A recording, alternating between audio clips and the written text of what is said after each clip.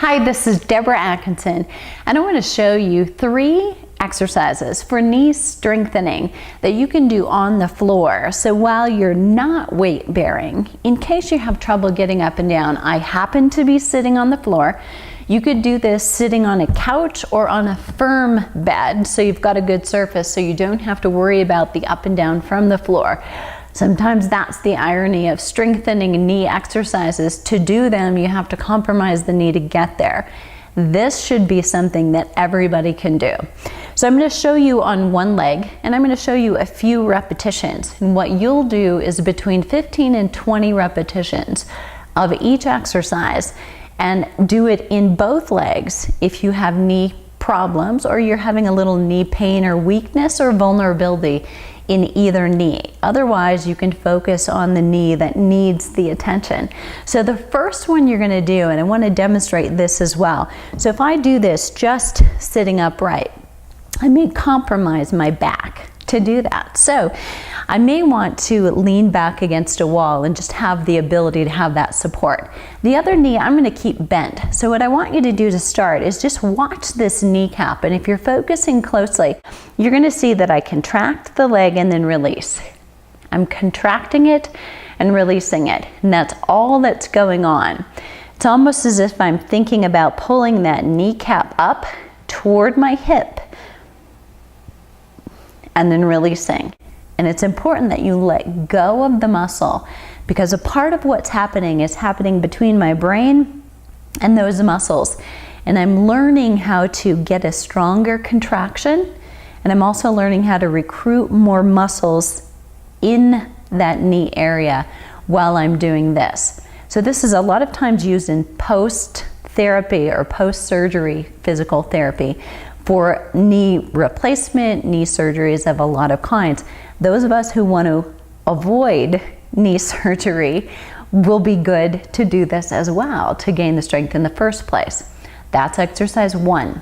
Exercise 2, I'm going to take that tightening, then lift it just a few inches off the floor, lower it down, and then release. Do that in 4 counts. So the first is tighten, then lift, lower down, and release. And I'll do that again better. Tighten, lift, lower, and release. Tighten, lift, lower, and release.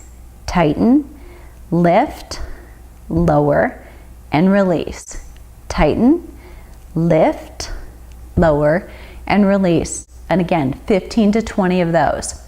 The third exercise on the floor, I'm using a partial foam roller. Sometimes you'll see them long would work, and a ball, like a child-sized ball or a medicine ball would also work here. The idea is we just want to prop the knee up.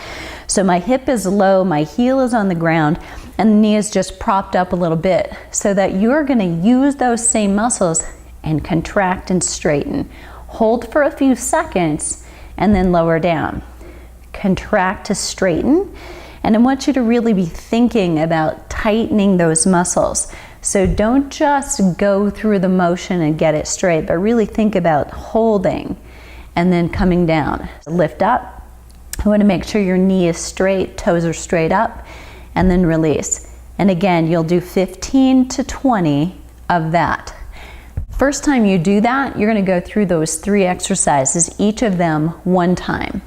In a few days, see how you feel afterward, and make sure you're doing fine.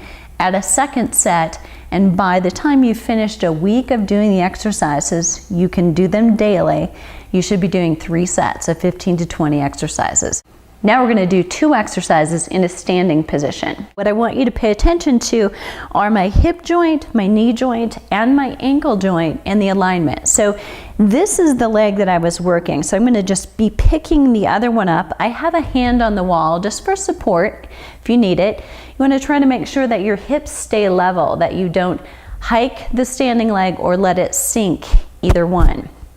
So here's where I'm going with this. You're going to take a single leg squat and then come back up. So you're flexing just a few inches and then lift and come back up. So it's weight shifted back to my heel, and then stand and press through the heel. So there is some work going on through the glute in this working leg, and a lot of times that's an important part of healing knee pain, is getting strength back in the hip where it should be, so you're not compromising the knee joint. As I look down from the top, I can see my toe all the time. I'm not allowing my knee to go forward. So this is an incorrect position. Where I want to go is backward with my hip. My knee has to very slightly go forward, but not to a great extent. We're going to do 15 to 20 of these. And again, either leg, do the one that bothers you, or do both if you've got challenges on both legs. Last exercise I'm going to do. I'm using a big exercise ball right in the small of my back, and I have to bring my feet away from the ball. So it's going to feel a little awkward when you start. And what I want you to do is to bend your knees 3 to 4 inches. Don't go too deep. Hold there for 3 to 4 seconds, and then push through your heels to come to a standing position. That's down 3 to 4 inches, hold and pause, and then push through your heels. And those details are important.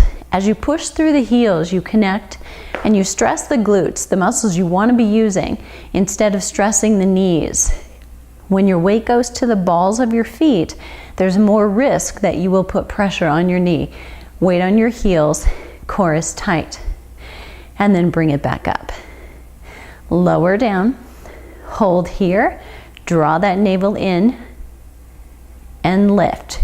And you'll do 15 to 20 of these, or stop when you need to. 3 exercises to do on the floor, or a firm bed or couch, and 2 exercises to do in a standing position to strengthen the muscles surrounding the knee in order to take the pressure off of the knee joint itself. The feedback should be you're more comfortable going up and down stairs, more comfortable getting in and out of chairs, and you are feeling more stable rather than more vulnerable around that knee joint.